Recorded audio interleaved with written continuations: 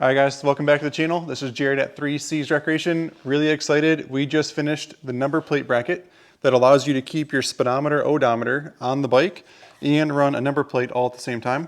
We've done really well with these on the standard RR and the race editions. We've sold well over 100 of these, but they had to be modified to work with the Beta Cross Trainer, and we finally have some done. We've only got 11 made so far, so this is our first batch, a small batch, to see what the response is. I think we're gonna sell out pretty quick on these because people have been asking for them. Just took time to make them. So here's where we are. We have, if you wanna come down, I'll show you what you're gonna get in the packaging. So in the package, you're gonna get the bracket, it's welded, the nut certs are in it, it's bent the way it needs to be, and it's got the grommets already in it. You're gonna get one zip tie, a sticker, and 2 bolts to mount it to the bike. And then just some basic tools. So you guys should have all this in your garage. 8mm, a couple screwdrivers, and a pair of zip tie cutters. So let's jump into an install video and show you guys how this goes on the bike. So the first thing we're gonna do is remove the headlight mask out of the way. So if you wanna come in a little bit, I'm not sure how far out that shows. So what we're gonna do is, first thing we have to do is remove this little piece that's holding our brake line and our Speedo cable. It's just a Phillips screwdriver on the back side. I have a little bit of a longer Phillips here, so that way I can get in. You can see that it's just threading the plastic out here. So this is off, and you got to retain that little screw. This is what we just unscrewed out of there. So I like to remove this first. That way I can tip this mask off and just get rid of it rather than have it hanging on the brake line. So now that that's out of the way, we're going to take our mask off completely. We have 2 bands on either side. So we're going to pop one over here, just kind of let it go. And then I'm going to do the one on the other side. With those loose, I can rock the headlight mask forward and kind of pull out on it. And we have our 2 connectors. So we've got our running light and we have our headlight. So we're just gonna disconnect the headlight, push in, pop it out. And then this one takes maybe a little bit more work. You kind of have to be careful with it. We don't want to hurt it. So we'll slide this off a little bit more and it slides right out. So this is now off, and you're gonna set this on the shelf because this is what we're removing. So one of the things that you'll notice right away with how we do things here at 3Cs is every bike that we sell, this is your Speedo cable. It comes down and it connects into this connector right here. This is normally tucked in to this bracket right here. You can kind of see its insert there. And normally this connector would be down in here, but it puts a lot more pressure on that because it's a lot lower. So we try to get this as high as possible, and we're gonna keep it in that upright position. So the first thing that we're gonna do is we're going to use our Phillips screwdriver and remove the 2 Phillips screws that are holding your display to the plastic bracket that's already there.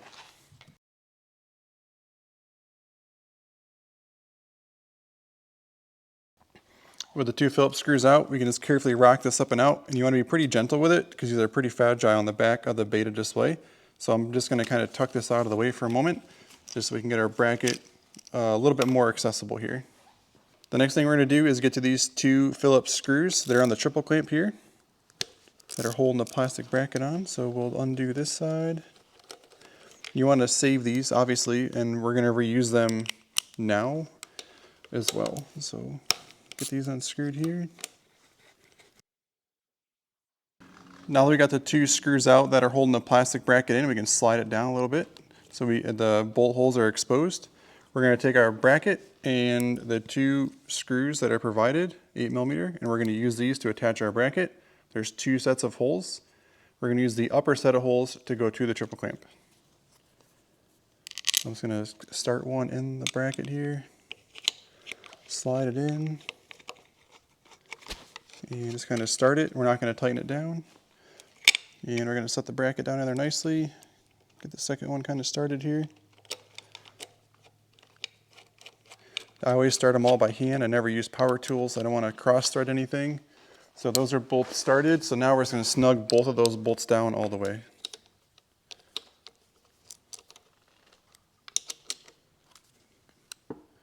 Now that our bracket is tight to the bike, we'll just take our display that we took off from the plastic bracket and reinstall it up here on our new bracket, the 3C's bracket. So we'll just carefully slide it down in to the rubber grommets here. Just take your time with it. You don't want to hurt the display. So we'll get that down in, and then we're going to use our screws that were holding it to the plastic bracket to reinstall it up into the metal bracket.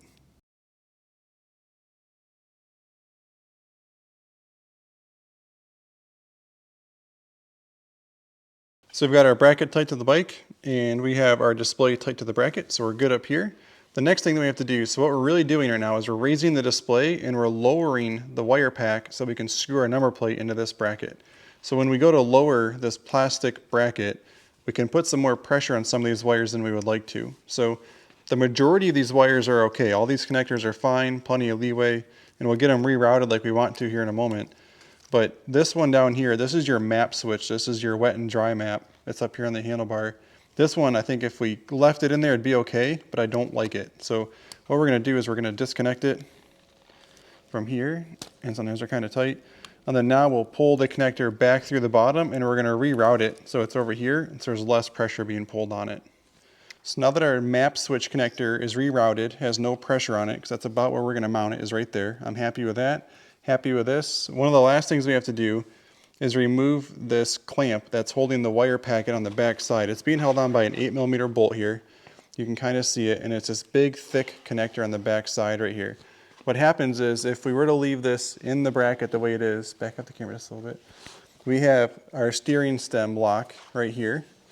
And if I were to rotate this all the way in, or all the way to the right, which I can't do because of the camera, this wire packet would hit on here, so we have to remove that. We have to give it a little bit more room. So what we're gonna do is we're gonna take our 8mm, maybe take the camera over there just a little bit. We're gonna unscrew this off of here, and it's just threads into the plastic. It's just a plastic bolt. I'm gonna take a screwdriver. I'm gonna just kind of slide that out of the way so you guys can see a little bit better. I'm gonna pop this apart right here. It's reusable, I didn't just hurt it. It's a clamp, that's how it's designed. So I can kind of reclamp it and then unclamp it for you guys. So that's what we just took off of there. And so now, I'm gonna go ahead and I'm gonna tighten our bracket to the bike. To see all the free play we just gained with that. We're gonna tighten the bracket to the bike next.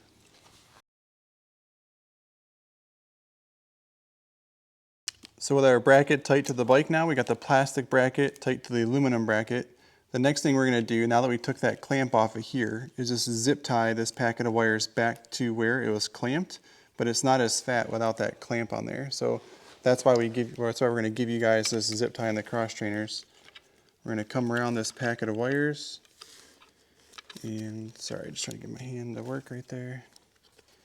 Always chasing zip ties. So we're gonna zip tie that right there, and the reason for that is it's a little bit thinner than the other packet, and it gives us plenty of room on that steering lock. There's that steering lock back here on the back side. And so now we just gained all of that room so we can turn it. So maybe bring the camera back up here, and we'll just show that all of this is perfect. We have all the room that we need. And this is where I recommend you folks just kind of playing with your wires and making sure that you're happy with them. So of course we would recommend dielectric greasing all of these.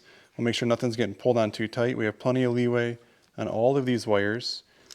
The last one I'm gonna plug back in is gonna be our Speedo wire. So the way I like to do it is just keep it as high as possible on the back side here. So that's plugged in, plenty of leeway on that one. We'll get these all rerouted. Of course, we'll cut the zip tie here at the end. Let me cut this off here. We would also recommend, if you want, to use some electrical tape and tape up your headlight wires, because those are not gonna get used. You don't wanna get dirt and mud inside of those. So I would electrical tape these up, and I would electrical tape like your turn signal wires, because those aren't being used either. So electrical tape all of this stuff up behind your headlight mask. So what we're gonna do last is just install our beta number plate. We can see the hole in our bracket that we're aiming for. This is not the actual bolt and the spacer that comes in the number plate kits. It's just what I had in mind. So we're just gonna slide the number plate into its bracket down below here. Then now you can see straight in there that our hole lines up perfectly. Well, once you pull the plastic around a little bit. So let me just get this nice and tight in there and line it up nicely.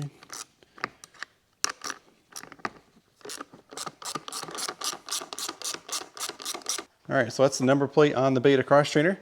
Keep in mind, you can loosen that 8mm bolt inside of there, push down on the number plate, and it'll get the number plate to sit down in the front fender, and then tighten that as you're pushing down on it, and it'll take up any of the free play there. You can also see, if you guys come in here, there's no rubbing on the number plate from the wires. So as long as you take the time to do it right, like we just showed in the video, and you route your wires, you turn the handlebars back and forth, you'll be free and clear. And also, if you use that zip tie like we're going to provide in the kit, you can go side to side with this and it's going to have no rubbing at all.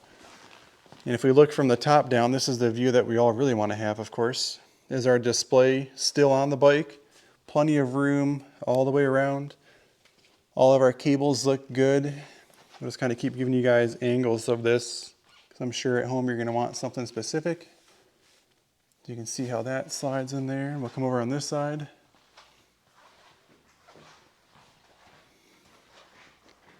Everything fits in there nice and tight.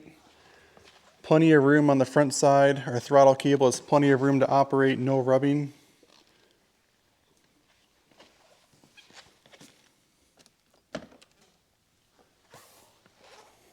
Thank you guys so much for following along with the video. That was an install of our new number plate bracket on a Beta cross trainer. If you're looking for one, give the shop a call. I do have limited numbers of these now, but we'll get more made. They're already in the works. So again, thank you guys for watching. Enjoy the ride, and we'll see you on the trail.